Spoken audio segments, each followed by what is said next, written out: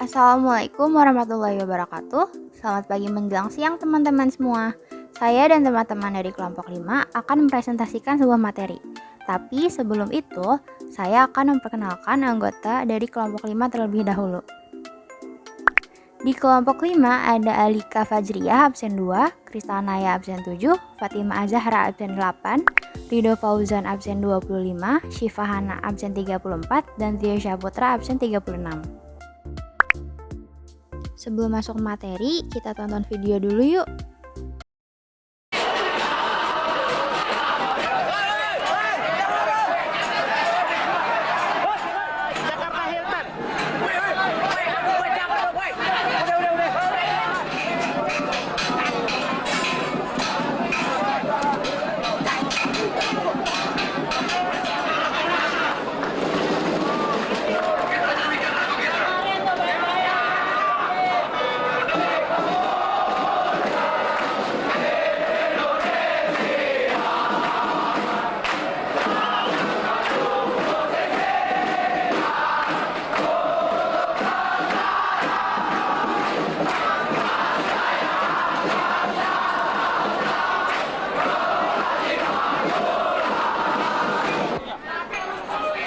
Gimana? Setelah nonton videonya, kalian penasaran gak sih? Apa yang terjadi di tahun itu? Kenapa bisa terjadi demonstrasi? Apa penyebabnya? Dampaknya apa? Nah, materi itu bakal kita bahas di bab 5, yaitu mengenai sistem dan struktur politik ekonomi Indonesia masa reformasi tahun 1998 hingga sekarang. Materi pertama mengenai masa akhir Orde Baru akan dijelaskan oleh Tio dan Kristal. Materi yang pertama adalah krisis moneter, politik, hukum, dan kepercayaan. Krisis moneter yang melanda Thailand pada awal Juli 1997 merupakan permulaan peristiwa yang mengguncang nilai tukar mata uang negara-negara di Asia seperti Indonesia. Rupiah yang berada pada posisi nilai tukar 2.500 US dollar terus mengalami kemerosotan. Situasi ini mendorong Presiden Soeharto untuk melakukan upaya agar nilai rupiah tetap stabil. Upaya pemerintah untuk menguatkan nilai tukar rupiah melalui Bank Indonesia dengan melakukan intervensi pasar yang tidak mampu membendung nilai tukar rupiah yang terus merosot. Nilai tukar rupiah yang berada di posisi 4.000 per US dollar terus pada Oktober 1997 terus melemah menjadi sekitar 1.700 per US dollar pada bulan Januari 1998. Kondisi ini berdampak pada jatuhnya bursa saham Jakarta, bangkrutnya perusahaan-perusahaan besar di Indonesia yang menyebabkan terjadinya pemutusan hubungan kerja atau PHK secara besar-besaran. Yang kedua ada krisis politik. Krisis politik yang terjadi pada 1998 merupakan puncak dari berbagai kebijakan politik pemerintah Orde Baru.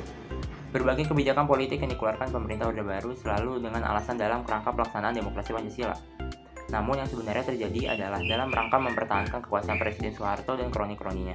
Artinya demokrasi yang dilaksanakan pemerintah Orde Baru bukan demokrasi yang semestinya, melainkan demokrasi rekayasa. Dengan demikian yang terjadi bukan demokrasi yang berarti dari, oleh, dan untuk rakyat, melainkan demokrasi yang berarti dari, oleh, dan untuk penguasa.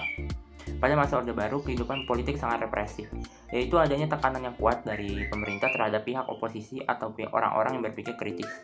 Yang ketiga, ada krisis hukum. Rekayasa yang dibangun pemerintah Orde Baru tidak terbatas pada bidang politik. Dalam bidang hukum pun, pemerintah melakukan intervensi. Artinya, kekuasaan peradilan harus dilaksanakan untuk melayani kepentingan para penguasa dan bukan untuk melayani kepentingan masyarakat dengan penuh keadilan. Bahkan hukum sering dijadikan alat pembenaran para penguasa. Kenyataan itu bertentangan dengan ketentuan pasal 24 UUD 1945 yang menyatakan bahwa kehakiman memiliki kekuasaan yang merdeka dan terlepas dari kekuasaan pemerintah. Dan yang terakhir ada krisis kepercayaan. Krisis multidimensional yang melanda bangsa Indonesia telah mengurangi kepercayaan masyarakat terhadap kepemimpinan Presiden Soeharto. Ketidakmampuan pemerintah dalam membangun kehidupan politik yang demokratis, menegakkan pelaksanaan hukum dan sistem peradilan dan pelaksanaan pembangunan ekonomi yang berpihak kepada rakyat, banyak telah melahirkan krisis kepercayaan. Ada tuntutan agenda reformasi MPR DPR pada tahun 1998. Reformasi sendiri merupakan gerakan untuk mengubah bentuk atau perilaku suatu tatanan, karena tatanan tersebut tidak lagi disukai atau tidak sesuai dengan kebutuhan zaman, baik karena tidak efisien maupun tidak bersih dan tidak demokratis. Tujuan dari reformasi MPR-DPR pada tahun 1998 sendiri yaitu untuk melakukan tekanan agar pemerintah mengadakan perubahan politik yang berarti melalui pelaksanaan reformasi secara total. Agenda reformasi MPR-DPR pada tahun 1998 sendiri dilatar belakangi oleh terjadinya krisis multidimensi yang dihadapi bangsa Indonesia.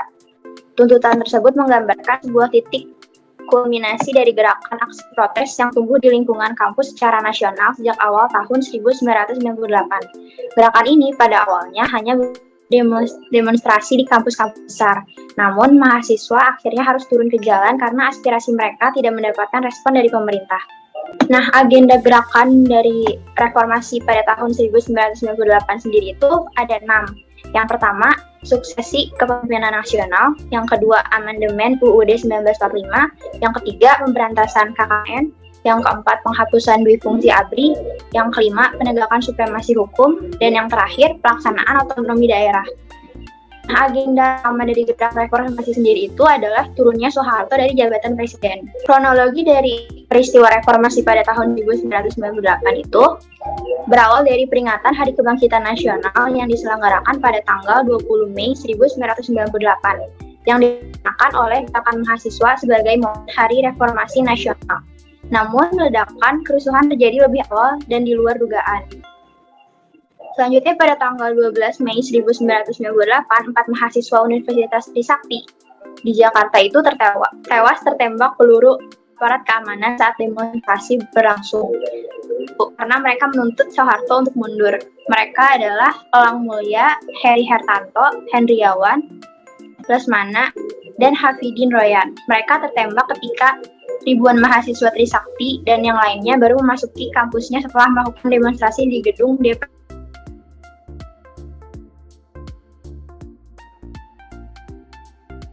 Pembakaran dan penjarahan di Jakarta dan Solo. Kondisi ini memaksa Presiden Soeharto untuk mempercepat kepulangannya dari Mesir.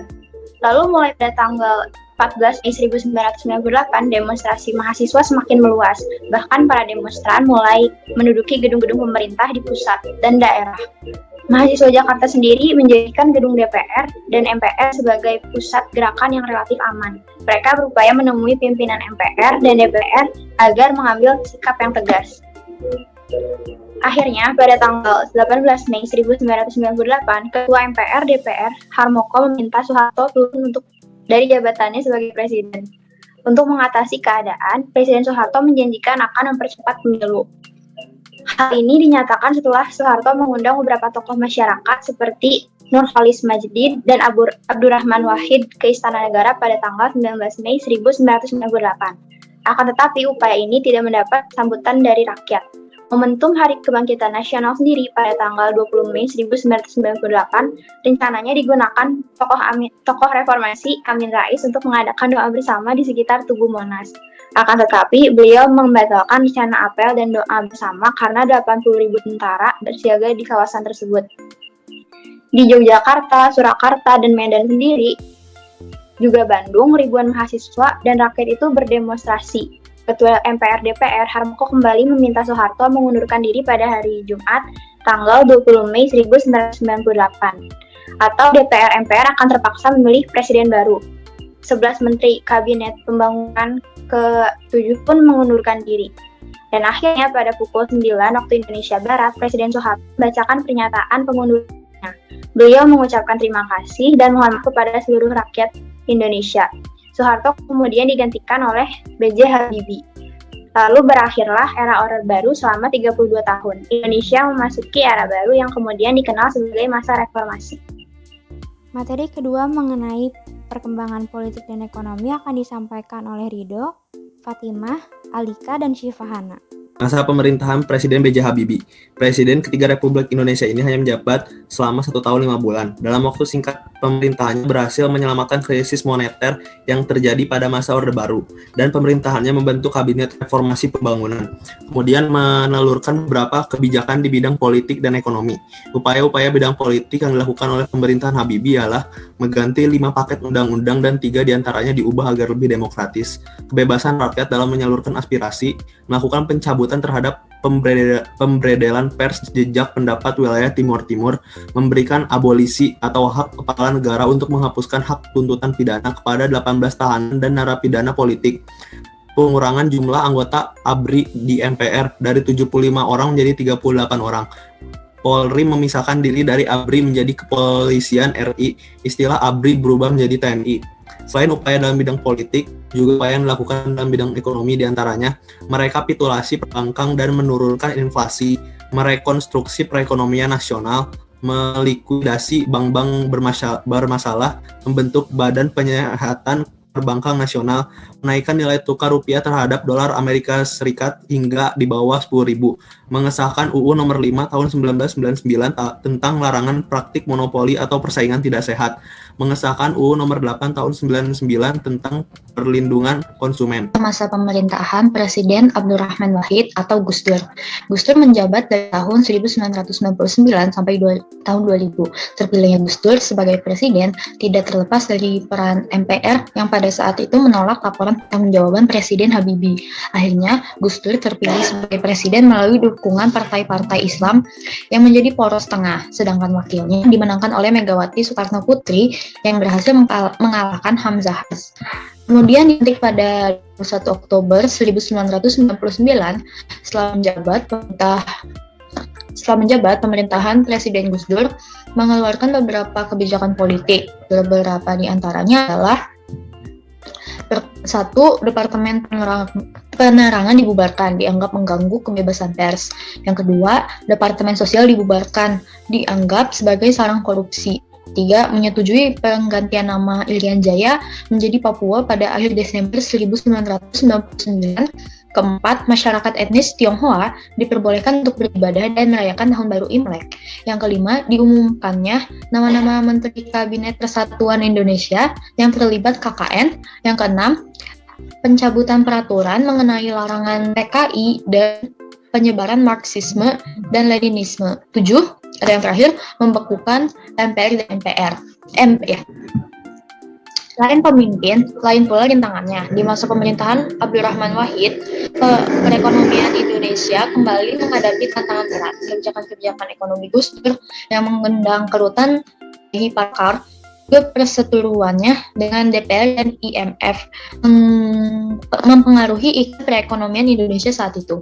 Sejumlah kebijakan seperti upaya mengubah independensi BI melalui amandemen UU BI, bea masuk impor mobil sewa untuk KTT G15 yang jauh lebih rendah dari yang seharusnya, yaitu hanya 5%, sementara seharusnya 75%. Dan otonomi daerah yang membebaskan daerah untuk mengajukan pinjaman luar negeri tidak populer di masyarakat dan menuai protes, hingga mengakibatkan kredibilitas Gus Dur perlahan-lahan menurun. Oleh sebab itu, kepemimpinan Gus Dur tidak berlangsung lama. Ia harus mundur dari jabatannya pada 23 Juli 2001. Puncak jatuhnya itu ketika MPR yang saat itu dipimpin oleh Amin Rais atas usulan DPR mempercepat yang istimewa MPR. MPR menilai Presiden Gus Dur melanggar TAP nomor 7 MPR tahun 2000 dan atas kebijakan yang kontroversial. Setelah Gus Dur lengser, kemudian jabatan presiden digantikan oleh wakilnya, yaitu Megawati Soekarno Putri. Perkembangan politik dan ekonomi masa pemerintahan Presiden Megawati Soekarno Putri. Presiden Megawati Soekarno Putri mengawali tugasnya sebagai Presiden kelima Republik Indonesia dengan membentuk Kabinet Gotong Royong. Bentuk reformasi pemerintahan Presiden Megawati Soekarno Putri dalam bidang hukum dan pemerintahan. Salah satu perubahan penting terkait dengan pemilihan umum adalah perubahan tata cara pemilihan presiden dan wakil presiden yang dipilih langsung oleh rakyat dan mulai diterapkan pada pemilu tahun 2004. Dengan demikian, rakyat akan berpartisipasi dalam pemilihan umum untuk memilih calon anggota legislatif, presiden dan kepala daerah secara terpisah. Hal lain yang dilakukan terkait dengan reformasi di bidang hukum dan pemerintahan adalah pembatasan wewenang MPR. Kesejajaran kedudukan antara Presiden dan DPR yang secara langsung menguatkan posisi DPR. Kedudukan Dewan Perwakilan Daerah atau DPD, penetapan APBN yang diajukan oleh Presiden dan penegasan wewenang BPK.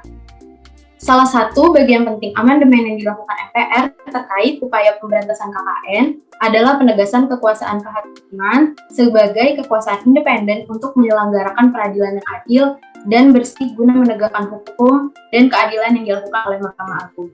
Upaya lain untuk melanjutkan cita-cita reformasi di bidang hukum adalah pencanangan pembentukan Mahkamah Konstitusi selambat-lambatnya tanggal 17 Agustus 2003.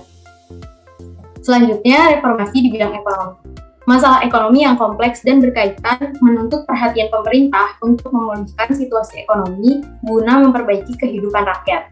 Wakil Presiden Hamzahas menjelaskan bahwa pemerintah merancang paket kebijakan pemulihan ekonomi menyeluruh yang dapat menggerakkan sektor real dan keuangan agar dapat menjadi stimulus pemulihan ekonomi. Selain upaya pemerintah untuk memperbaiki sektor ekonomi, MPR berhasil mengeluarkan keputusan yang menjadi pedoman bagi pelaksanaan pembangunan ekonomi di masa reformasi, yaitu TAP MPR RI nomor 4 MPR _1999 tentang garis-garis besar haluan negara 1999 sampai 2004, sesuai dengan amanat GHBN 1999 sampai 2004. Arah kebijakan penyelenggaraan negara harus dituangkan dalam program pembangunan nasional atau PPN 5 tahun yang ditetapkan oleh Presiden bersama DPR. Salah satu indikator keberhasilan pemerintah Presiden Megawati adalah rendahnya tingkat inflasi dan stabilnya cadangan devisa negara. Nilai tukar rupiah relatif membaik dan berdampak pada stabilnya harga-harga. Namun, berbagai pencapaian di bidang ekonomi pemerintahan Presiden Megawati mulai menunjukkan penurunan pada paruh kedua pemerintahannya. Pada pertengahan tahun 2002 sampai 2003, nilai tukar rupiahnya sempat menguat hingga Rp8.500 per dolar Amerika Serikat, kemudian melemah seiring menurunnya kinerja pemerintah. Selain itu, persoalan utang luar negeri juga menjadi persoalan pada masa pemerintahan Presiden Megawati Soekarno Putri. Karena pembayaran hutang luar negeri mengambil porsi APBN yang paling besar, yakni mencapai 52% dari total penerimaan pajak yang dibayarkan oleh rakyat sebesar Rp219,4 triliun. Hal ini mengakibatkan pemerintah mengalami defisit anggaran dan kebutuhan pinjaman baru. Pemerintahan Presiden Susilo Bambang Yudhoyono, yang pertama, pemilihan sebagai presiden. Susilo Bambang Yudhoyono atau SBY adalah presiden pertama Republik Indonesia yang dipilih secara langsung oleh rakyat. SBY dan Yusuf Kala dilantik oleh MPR sebagai presiden dan wakil presiden RI ke-6 pada tanggal 20 Oktober 2004. Terpilihnya pasangan Susilo Bambang Yudhoyono dan Yusuf Kala menjadi presiden dan wakil presiden diikuti dengan berbagai aksi protes mahasiswa, di antaranya aksi yang dilakukan oleh mahasiswa Universitas Udayana, Denpasar, Bali, yang meminta agar presiden terpilih segera merealisasikan janji-janji mereka selama kampanye presiden. Presiden SBY segera membentuk susunan kabinet pemerintahannya yang diberi nama Kabinet Indonesia Bersatu. Lalu kebijakan masa pemerintahan Presiden SBY dalam bidang politik yang pertama, pemberantasan KKN, lalu pembentukan Sekretariat Gabungan atau Setbak. Yang ketiga, mengurangi wewenang pemerintah pusat dan memperluas wewenang pemerintah daerah. Yang keempat, mengupayakan reformasi birokrasi yang mengedepankan aspek transparansi, partisipasi, dan akuntabilitas. Lalu, upaya yang baik dalam menyelesaikan konflik dalam negeri. Selanjutnya, dalam bidang ekonomi, yaitu menyelesaikan permasalahan kemiskinan dan pengangguran dengan upaya pemerataan dan pengurangan kesenjangan. Lalu, pembangunan daerah-daerah yang tertinggal, memberikan BLT atau bantuan langsung tunai, dan yang terakhir, memperbaiki prasarana dan prasana. Lalu pada pelaksanaan pemilu 2009, berbagai pencapaian pada masa pemerintahan SBY meningkatkan popularitas dan kepercayaan masyarakat ke depannya. Hal ini juga tidak terlepas dari gaya kepemimpinan yang berkorelasi dengan penerapan berbagai kebijakan pemerintah yang efektif di lapangan. Berpasangan dengan seorang ahli ekonomi yaitu Budiono, Presiden SBY berhasil mendapatkan kembali mandat dari rakyat untuk memimpin Indonesia untuk masa pemerintahan berikutnya. Pada pemilu presiden yang diselenggarakan pada tanggal 8 Juli 2009, pasangan SBY berhasil memenangkan pemilu hanya melalui satu putaran. Materi ketiga mengenai perkembangan iptek di Indonesia akan dijelaskan oleh Alika, Tio, Kristal, dan Fatimah. Perkembangan ilmu pengetahuan dan teknologi di Indonesia. Perkembangan sebuah bangsa sangat dipengaruhi oleh perkembangan ilmu pengetahuan dan teknologi di negara tersebut. Pemerintah Indonesia telah berupaya mengembangkan ilmu pengetahuan dan teknologi yang sesuai bagi pembangunan bangsa dan negara Indonesia. Contohnya yang pertama ada Nurtanio, yaitu industri dirgantara nasional. Presiden Soeharto menugaskan B.J. Habibie untuk menyiapkan segala hal terkait pembangunan industri dirgantara nasional. B.J. Habibie kemudian mengembangkan industri-industri strategis dengan mendirikan Badan Kajian dan Penerapan Teknologi sebagai basis awal pengembangan industri strategis. Industri pesawat terbang Nurtanio yang bertempat di Bandung mulai beroperasi pada tahun 1976. Dalam pengembangan industri dirgantara ini, B.J. Habibie menggandeng industri-industri pesawat terbang di Eropa, yang diantaranya ada MBB yang berkedudukan di Jerman, CASA yang berkedudukan di Spanyol. Salah satu wujud dari kerjasama ini adalah diperolehnya lisensi pembuatan helikopter NBO 105 dan CN-235. Materi selanjutnya ialah teknologi komunikasi dan transportasi. Perkembangan teknologi komunikasi Indonesia tidak bisa lepas dari kebijakan komunikasi yang dikembangkan oleh pemerintah Orde Baru pada tahun 1976, tepatnya tanggal 16 Agustus, yang merupakan awal revolusi teknologi komunikasi di Indonesia ketika pemerintah Orde Baru mengembangkan sistem teknologi komunikasi dan transportasi. Perkembangan teknologi komunikasi Indonesia. Yang pertama ada satelit. Satelit milik Indonesia dinamakan Sistem Komunikasi Satelit Domestik yang diberi nama Satelit Palapa. Satelit ini dibangun melalui sistem komunikasi yang dikendalikan Indonesia sejak tahun 1974 dan selesai pada tahun 1976. Sistem satelit Palapa ini memungkinkan Indonesia mengakses berbagai informasi melalui sinyal yang dipancarkan ke berbagai perangkat elektronik seperti televisi, radio, telepon, dan sejenisnya. Yang kedua ada telepon seluler. Awalnya jenis telepon seluler yang dipasarkan di Indonesia berteknologi sistem AMPS atau Advanced Mobile Phone System, namun karena memiliki kelemahan yang tidak dapat menjangkau daerah terpencil, telepon seluler pun beralih ke teknologi sistem global sistem mobile atau GSM.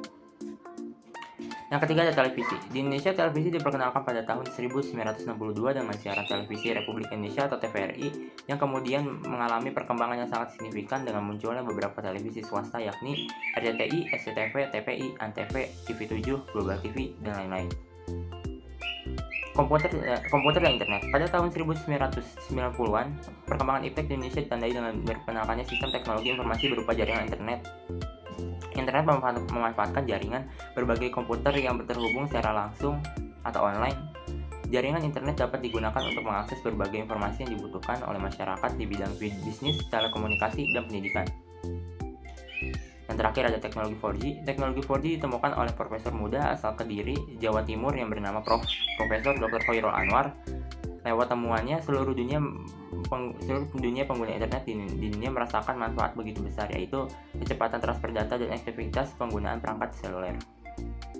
Perkembangan teknologi transportasi. Yang pertama adalah transportasi darat. Transportasi darat diawali dengan adanya pembangunan jalan tol besar pada tahun 1973 untuk menghubungkan daerah-daerah terpencil. Jalan tol pertama yang dibangun pada tahun 1973 adalah jalan tol Jakarta-Bogor-Ciawi. Pembangunan jalan tol ini menggunakan teknologi sosro bahu dan teknologi cakar ayam. Selain jalan tol, pada tahun 1995 telah diresmikan penggunaan kereta api ekspres yang berkecepatan 1.120 km per jam. Jakarta-Surabaya yang awalnya ditempuh dalam waktu 14 jam dapat dipersingkat hanya dengan 9 jam. Yang kedua adalah transportasi laut. Bidang transportasi laut telah mengalami perkembangan pesat di Indonesia. Selama Repelita kelima, upaya yang dilakukan pemerintah dalam pembangunan sarana transportasi laut adalah merehabilitasi dan meningkatkan kapasitas infrastruktur yang ada, seperti penggandaan kapal feri, pengangkut barang, perbaikan pelabuhan, dan dermaga untuk memperluas dan mempercepat lalu lintas antar pulau. Yang terakhir ada transportasi udara. Perkembangan transportasi udara ditandai dengan semakin mudah dan cepatnya perjalanan melalui udara, baik antar pulau maupun antar negara, yaitu dengan tersedianya pesawat angkut penumpang dan maskapai penerbangan nasional seperti Garuda Indonesia, Merpati Air, Adam Air, Lion Air, Sriwijaya Air, Air Asia, dan lain-lain. Revolusi hijau adalah sebutan tidak resmi yang dipakai untuk menggambarkan perubahan fundamental dalam penggunaan teknologi budidaya pertanian yang dimulai pada tahun 1950-an hingga 1980-an di banyak negara berkembang, terutama di Asia. Nah, dalam rangka menjalankan kebijakan rehabilitasi pertanian, Indonesia pun melakukan revolusi hijau dengan menjalankan langkah-langkah sebagai berikut, yaitu memperluas, memperbaiki, dan memelihara jaringan irigasi di seluruh wilayah Indonesia, menyempurnakan sistem produksi pertanian pangan, dan yang terakhir membangun pabrik pupuk serta pabrik insektisida dan pestisida yang dilaksanakan untuk menunjang proses produksi pertanian. Selain itu, ada langkah lain yang dilakukan pemerintah dalam rangka meningkatkan hasil pertanian. Yang pertama, membangun gudang-gudang, pabrik penggilingan padi, dan menetapkan harga dasar gabah. Yang kedua, memberikan berbagai subsidi dan insentif modal kepada para petani agar petani dapat meningkatkan produksi pertaniannya. Dan yang ketiga, menyempurnakan sistem kelembagaan usaha tani melalui pembentukan kelompok tani dan koperasi unit desa. Perkembangan iptek tentunya membawa dampak bagi perubahan kehidupan manusia, baik dampak positif maupun dampak negatif. Adapun dampak positif perkembangan iptek adalah 1. Memberikan berbagai kemudahan, 2. Mempercepat dan mempermudah proses informasi dan distribusi dalam kegiatan ekonomi, 3. Menambah efektivitas dan efisiensi dalam interaksi sosial masyarakat, 4. Peningkatan di bidang produksi, 5. Menambah pengetahuan dan wawasan, 6. Perusahaan atau industri dapat menjual produknya lebih luas lagi, 7. Bersaingnya harga barang di pasar global, dan 8. Meningkatnya kualitas pendidikan.